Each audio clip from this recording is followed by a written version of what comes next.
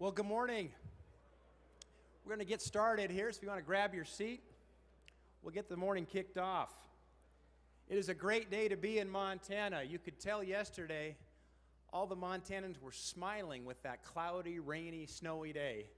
As we saw, we call those liquid gold coming out of the sky here. As we think about this part of the state, we never complain about moisture. And seeing that renewable energy falling from the sky here in Montana. But thank you for joining us here at Montana Energy 2016. This is the single largest opportunity for all of us as Montanans to talk, to learn, and to move forward together as we advance and save made in Montana energy and more high-paying jobs, made in Montana jobs. I want to take this time up front to thank a few folks who have been tirelessly working to pull this together. Thankful for my colleague in Congress, Ryan Zinke, the first Navy SEAL ever elected to the U.S. Congress, and our Attorney General, Tim Fox. Ryan and Tim, thank you for all your help in putting this together. And I'm grateful for the following folks for helping make Montana Energy 2016 a success, starting with FERC Chairman Norman Bay, President and CEO of Northwestern Energy, Bob Rowe. We've got Executive Chairman of BNSF, Matt Rose. We've got the President and CEO of Cloud Peak, Colin Marshall, as well as Montana State University. A shout out to the Bobcats, proud Bobcat myself, and Montana Tech for bringing in great research and topics for continuing education that we saw some of that yesterday. I also want to thank the Chancellor of Montana Tech, Dr. Don Blackketter. By the way, Don Blackketter is a Bozeman Hawk from 1977. I'm a Hawk from 1980. In fact, Don and I lived on the same street in Bozeman growing up as young kids, as well as Lee Spangler, the director of MSU's Energy Research Institute, both panelists here at the summit. And for our hosts, we wouldn't be here without our host, KLJ, the Montana Contractors Association, the Montana Petroleum Association, the Montana Chamber Foundation, and the Montana Coal Council.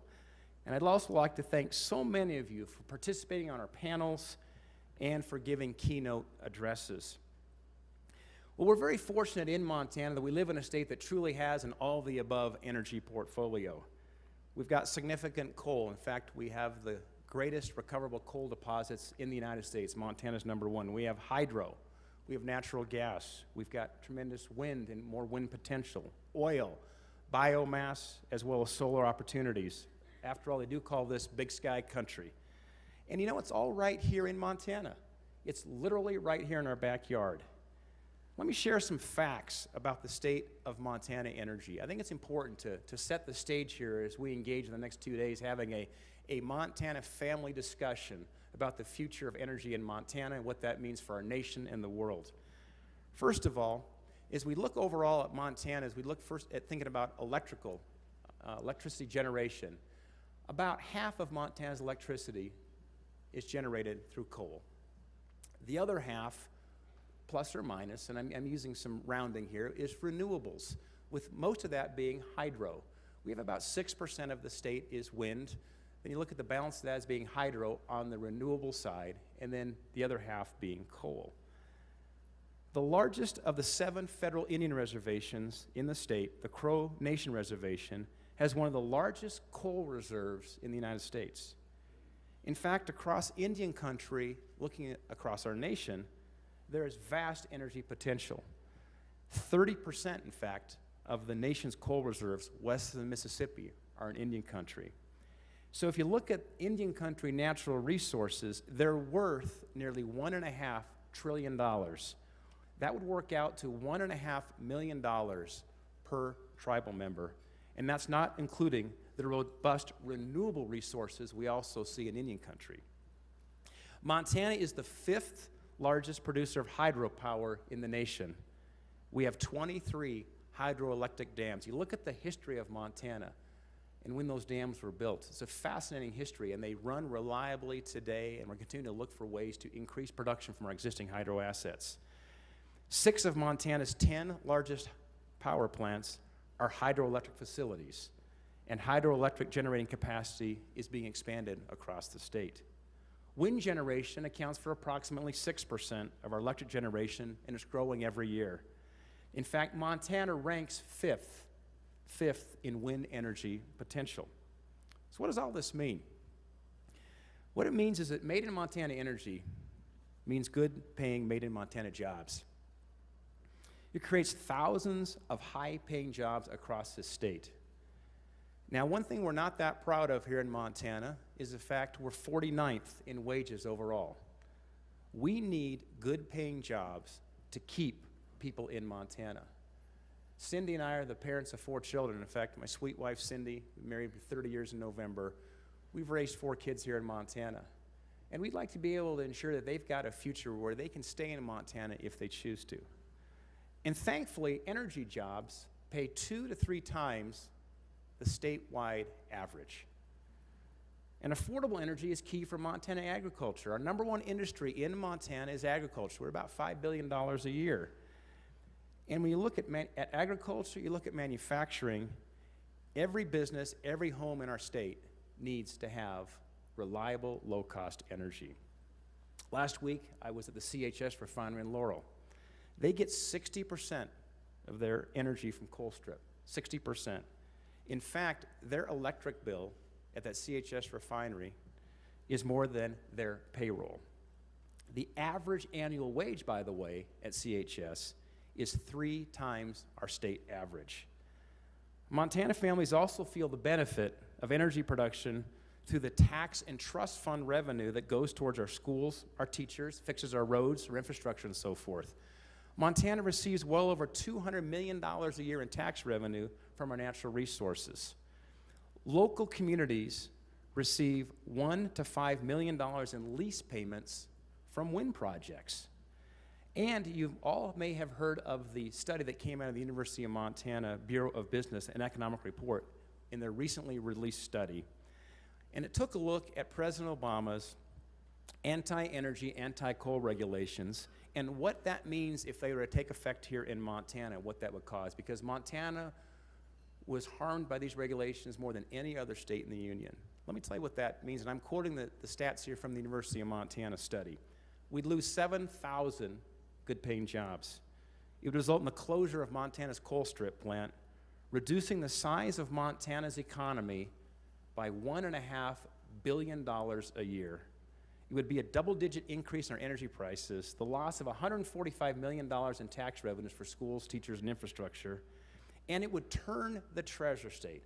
For those of you who grew up in Montana, you remember the old license plates, and it's kind of like a throwback Thursday. They brought them back again. It said treasure state. And it was the treasures of our natural resources.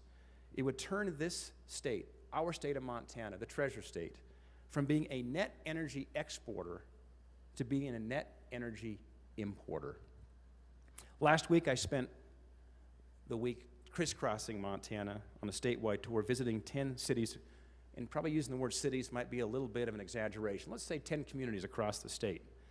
Laurel, Colstrip, Miles City, and of course, if you're going from Miles City to then Baker, you better stop in Plevna. And then you head north to Webo, came over to Glendive, because once you get to Webo, you're running out of Montana there. You better turn back to the west. Went to Glendive, up to Sidney. We were in Great Falls, Missoula, Helena, and Butte.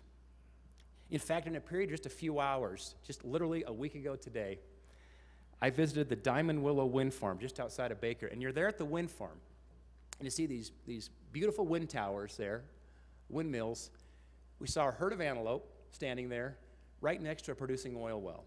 When you think about all the above energy, there it was, looking at wind, looking at oil, and then just a couple hours later, we went north up to Sidney, and we were there at a coal-fired plant producing electricity and looking at their new power generator that's going to be fired on natural gas. So we were seeing natural gas, we were seeing coal, we were seeing wind, we were seeing oil, literally a few hours here, only to be followed by the next day heading over to Helena, going to Hauser Dam, and seeing this great project that was built in 1906, generating electricity there for Montana.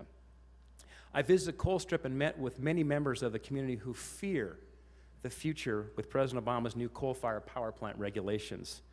They are very worried there at Colstrip. We met at the Boilermakers Training Center there in Colstrip. It was standing room only.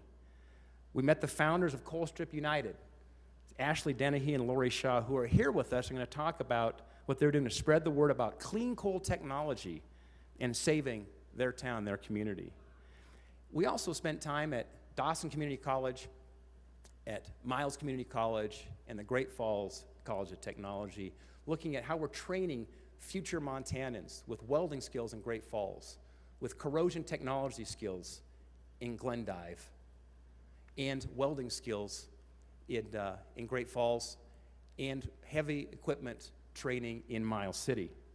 These two-year programs are programs we need to elevate the trades, to celebrate the success of students who go through these programs, receive skills that are immediately employable with low levels of debt coming out of these two-year training programs.